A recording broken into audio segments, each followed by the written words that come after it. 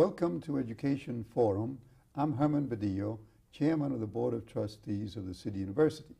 The improvement of education affects all New Yorkers. This program will focus on the key educational issues and challenges before us all. My guest today is William Thompson, who is the President of the Board of Education of the City of New York. Mr. Thompson is a graduate of the public schools in Brooklyn and of Tufts University. He then became Chief of Staff of Congressman Fred Richmond, with whom I served in Congress, and then the youngest Deputy Borough President in the history of Brooklyn. And by the way, I was the youngest Borough President in the Bronx. Excellent. And he stayed there until 1992, he stayed there less than that. He went to work with an investment banking firm where he learned about the investment banking business, and now he is a consultant to investment banking people. And he was appointed to the Board of Education in 1994, and he was elected president in 1996 and has been re-elected ever since. And congratulations on your re-election. Thank you, Herman. And this year is a particularly important year for the children and the parents of the New York City school system, because you've done something that some of us had been pushing for a long time, and that is move to abolish the concept of social promotion. Tell us about that decision. Okay. At the end of this school year, the vote that we've just taken has said to students that you will not be moved along regardless of what you learn. At a certain point, we've created hurdles for students based on proficiency, based on the work done during that year, based on scores on tests, standardized tests, math and reading, based on all of those factors, as well as attendance. Those will all be considered as we decide whether to move you from grade level to grade level. So no longer will a student move from, say, the 3rd to the 4th grade and not have mastered work at a 3rd grade level. We thought it's very important to do that, and we've taken some steps to stop that this year on some grade levels. But next year, at the end of this school year, all students across the spectrum are going to have to master work at their grade level to move to the next grade level. Nobody appreciates that more than me, because the problem we've had at the City University is that about 87% of the students in the community colleges need remedial work, and a very high percentage in the senior colleges as well. So as this system begins to move, we will get high school graduates who will be ready for college work, right? The most important thing, we have to return value to New York City public school education again. So when a student has a high school diploma from our schools, it will signify certain things. It will signify that you can read and write on a certain level. It will signify that you have math skills on a certain level. And it will signify over a period of time that you have technology skills and that you are computer literate. So the graduates that you will get from our schools into the CUNY system will be better prepared, will be less in need of remediation, will be able to do college level work right away, and that's extremely important, or will be able to go to the world of work and get a job without having to be retrained and retrained and retrained, and or having remediation services provided them in education, in math and science and reading. So hopefully what we are looking to do is to turn out a better student. Now the problem is that you're going to have leave back, or at least sent to summer school, about 360,000 students. Is that correct? That's about 1/3 of the student body. That's one of the projections, the number of students who could be eligible. Do I expect to see that number? No. What we need to do and what we are working to do this year is not to wait until the end of the school year, fail students and make sure they go to summer school. What we have to do, and it's one of the things that I've said, it's one of the things that I've asked the Chancellor to provide, is that now we turn around and have additional services. We can identify those kids who are at risk of being left back based on their educational history. We have to work with those students now. So whether it's smaller classes, now. Whether it's additional time after school and focused on literacy, now. We have to do it during this school year and our next semester. Whether it is weekend sessions and some Saturday sessions for students, we have to do that now to try and reduce the number of students who are at risk of being left back at the end of this school year. So there's a lot, obviously it is uncharted ground. This school system has socially promoted its students for decades. all of a sudden saying to an entire school system of over 1 million students, stop, this is not the way we will do business, is very difficult for students and for personnel. It's going to require an adjustment. It is going to be difficult. People are going to scream over a period of time, but it has to be done. So, now suppose I have a child in the public schools in 7th grade. What should I be doing to find out if he is going to be one of those who may be left back? I would get to school now, not at the end of the year or not at the end of the semester. I'd go to school in the next few weeks, sit down with my child's teacher and say to them, how did my student do last year? Realistically, how did they do on standardized exams last year? Did they do well? Are they at risk of perhaps being left back if they don't improve at the end of the school year? And then work with the principal in the school. What services are available to my child? That's important to do now, not to wait till the end of the school year and say my child's being left back or my child has to go to summer school. You need to meet with your teachers and your principals now. Now, how do you deal with those who oppose your policy using the same arguments they used against us, and that is that the tests are no good or that the tests are unfair, particularly to African American and Hispanic children? This isn't an SAT test where people like to say, look, this is a reading or a literacy test. There aren't degrees. There isn't black literacy and white literacy and Latino literacy. There's literacy. There's the ability to read and write and function. So to critics who say, our kids have to be able to function, to move forward, to graduate and go on to higher education or to get a job, you have to be literate at a certain level. It's important. So to those who criticize, who say you're doing the wrong thing, and there have been some, would say it's what's worse, to lie to a student and move them through 12 years of education throughout elementary and junior intermediate school and then up through high school, and then what? And then you have a student at the end, and I've seen it. Students who can't read and write, students who aren't employable, students who believe that they've been lied to now throughout their entire school career. What's worse? I believe that it is much worse to lie to those kids and then to tell them at the end, now you're 18, 19, or 20 years old, go get a job and they're unemployable.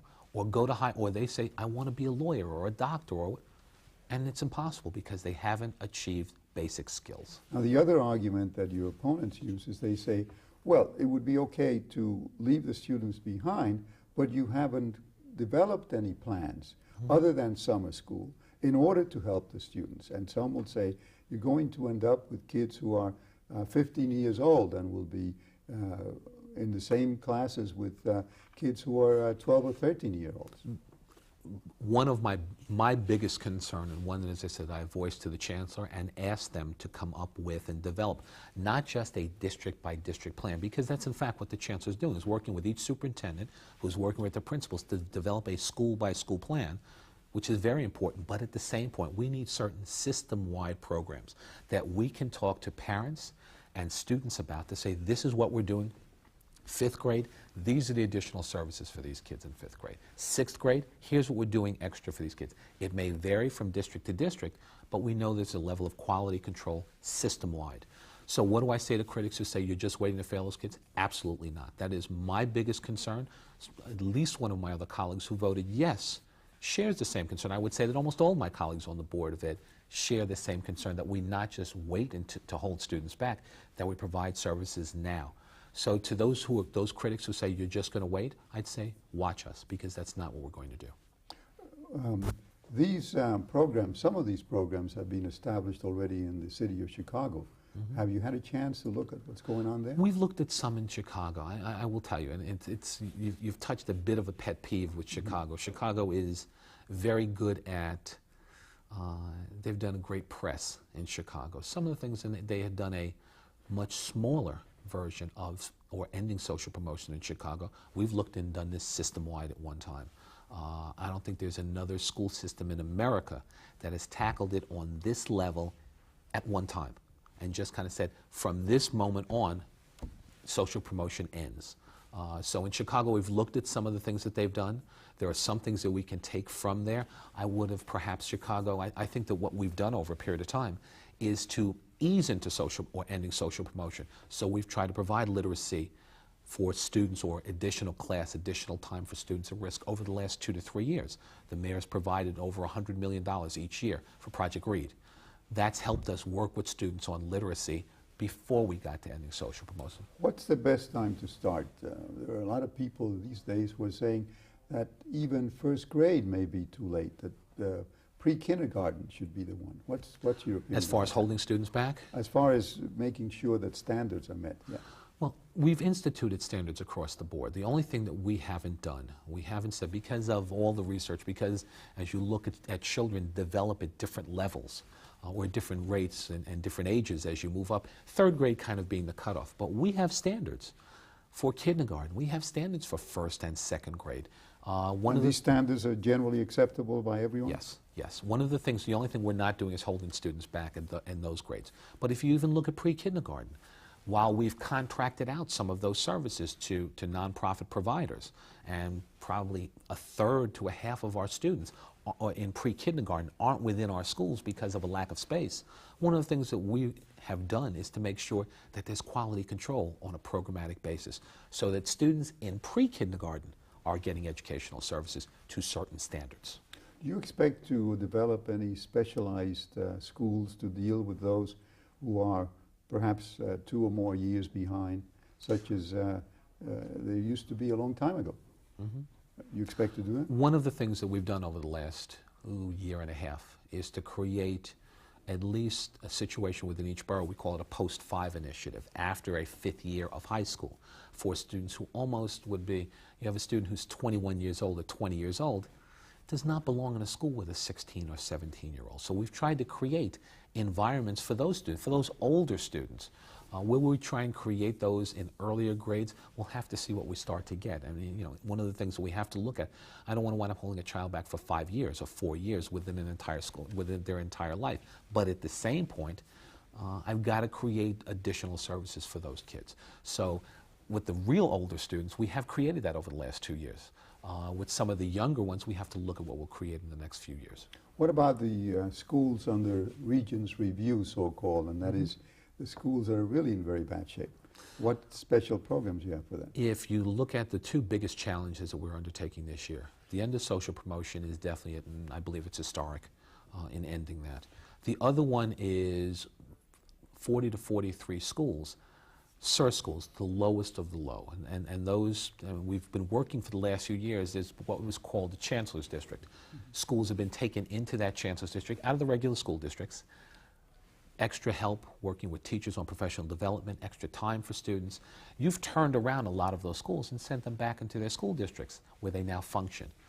40 to 43 schools have been taken into the Chancellor's District for this school year, and is that some of those schools have been low-performing schools for 10 years, 15, 20, 25 years. The cycle of failure in those schools has existed for decades. What we've done is to go and take those schools over and treat them the same way, giving them extra time. As a matter of fact, one of the things that we've negotiated, and we've negotiated with the UFT and others, is to create an additional 45 minutes a day. 3 times a week, that's for students and teachers. 2 days a week, it is for professional development, for our teachers to have the extra supports that they need to be able to teach to higher levels, and have deadlined and said, we'll turn these schools around in 2 years. It is something that no one takes lightly. It is an incredible challenge, but at the same point, to be able to move up in our entire school system, you just can't move the schools in the middle and the top up. We've got to move the schools at the bottom up also. I'm glad you brought up teachers, because one of the problems is the teachers want to have an increase too. They want to move up as well. But we'll take that up after these announcements. Teacher got a rubber arm. Teacher got a rubber arm. Teacher got a rubber arm. Tom, where you going? Hey, we got a ball game here. Pardon me. Pitcher got a rubber arm. It's has. Huh? Pitcher has a rubber arm. If education is important to you, talk to your child's school about raising academic standards. Call 1-800-38-BE-SMART for a free booklet and be a big league parent.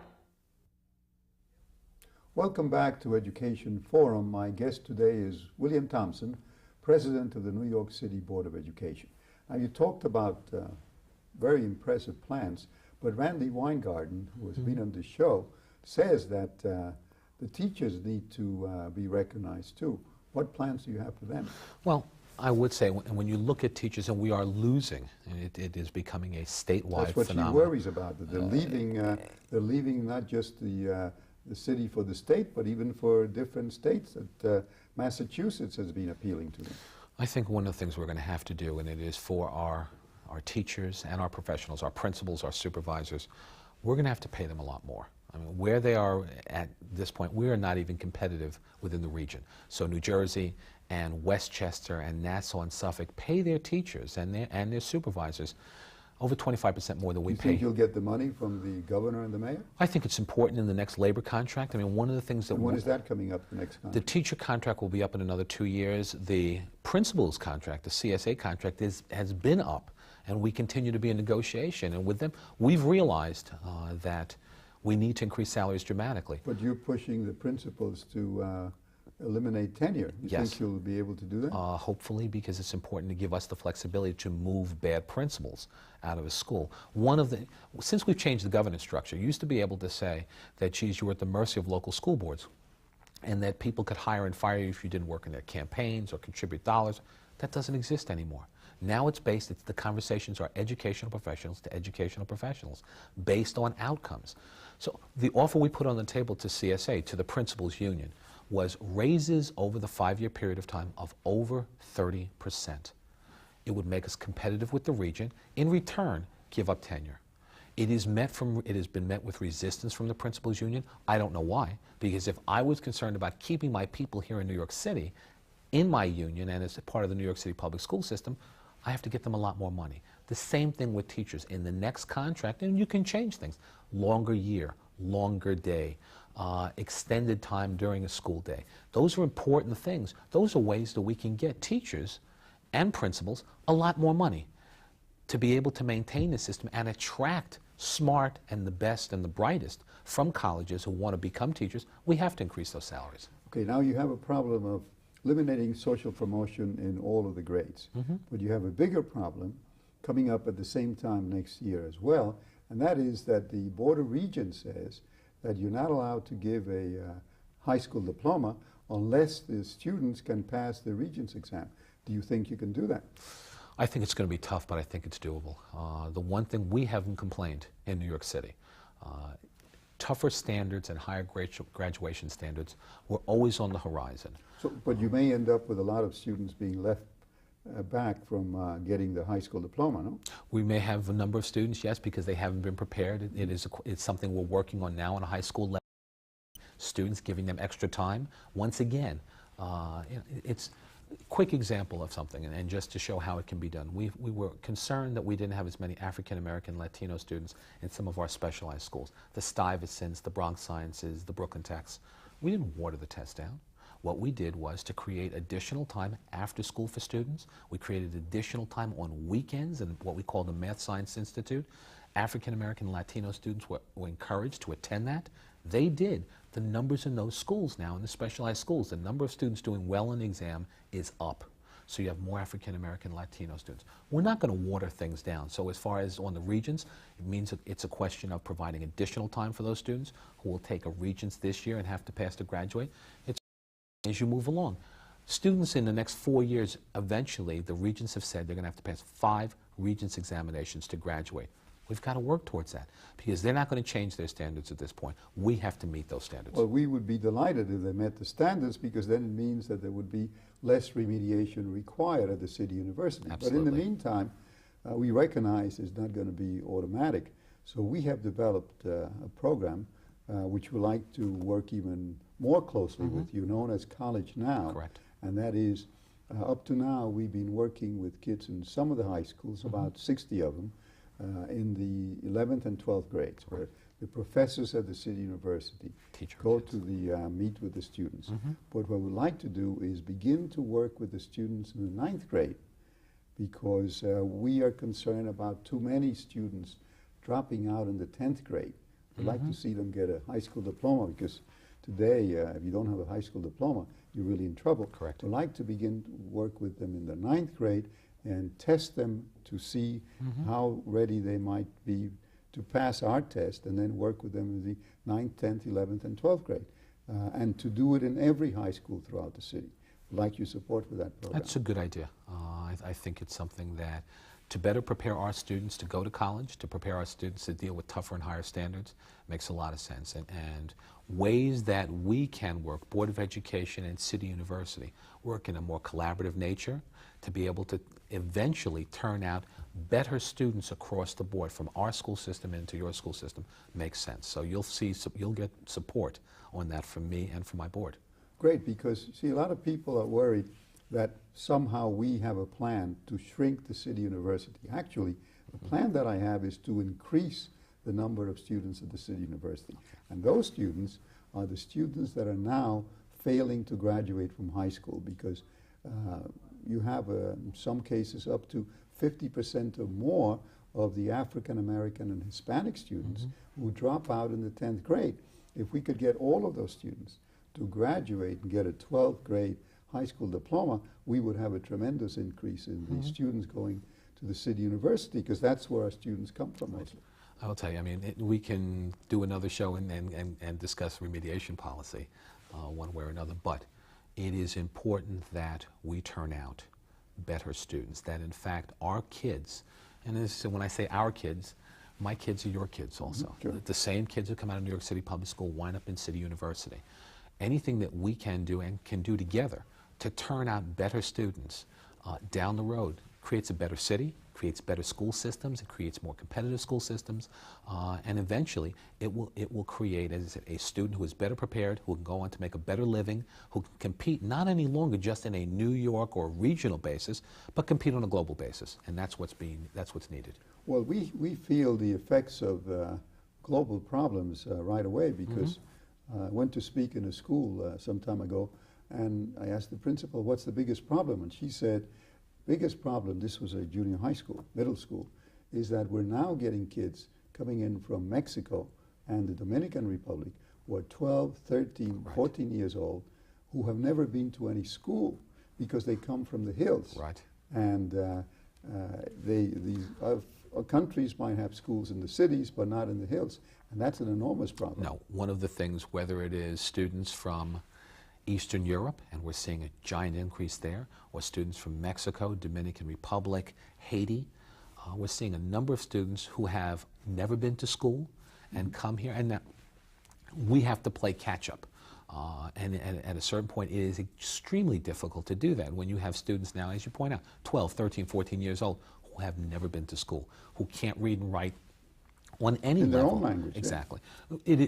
You know, what you're starting to see over a period of time, and some of it, we're seeing students stay longer to graduate, which is a good, I mean, you want to see students graduate, so that's the positive side. The downside of it is, yes, we're seeing students who are 20, 21, 22 years old who are staying that long to graduate because they're playing catch-up. Good and bad. But no, it's an extremely difficult thing. It's an extremely huge challenge that faces our school system. What about the issue of bilingual education?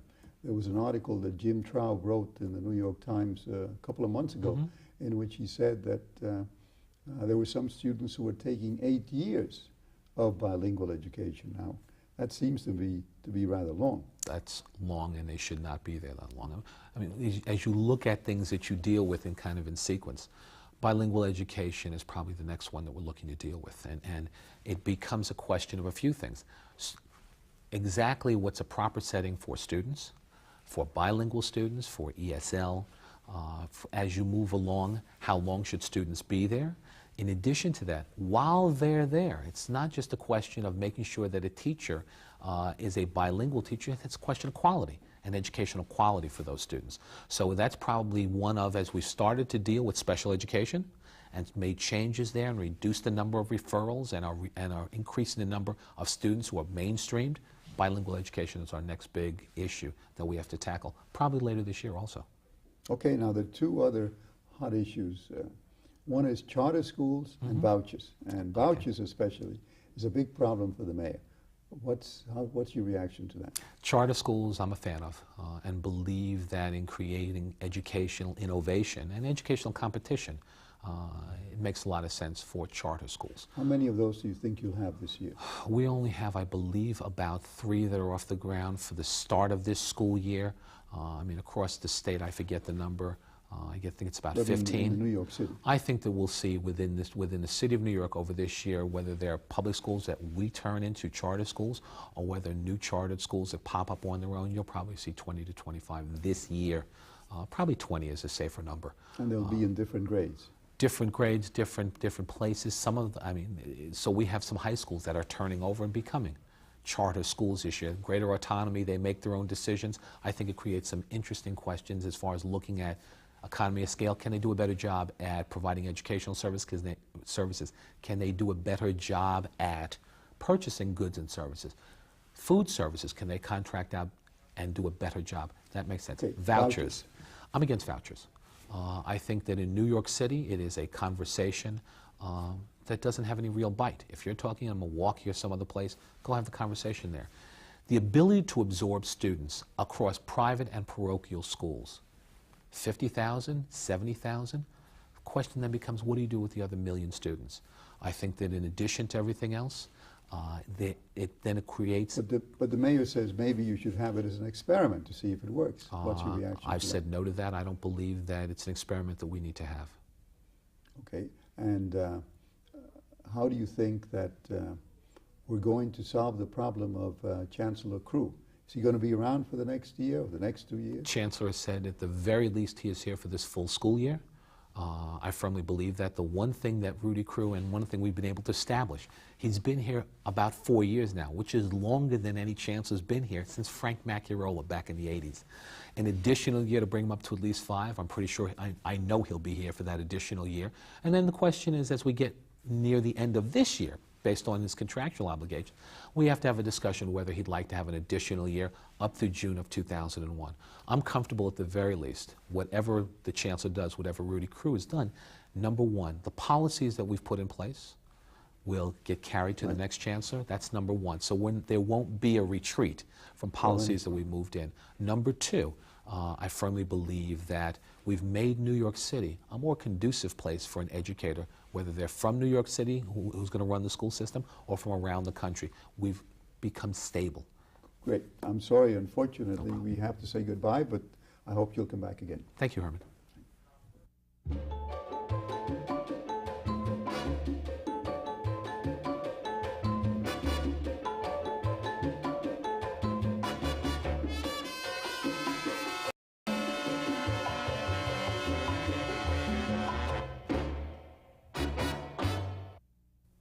You can reach us by email at our website, www.cunytv.cuny.edu, or write to us at CUNY TV, 365 Fifth Avenue, New York, New York, 10016.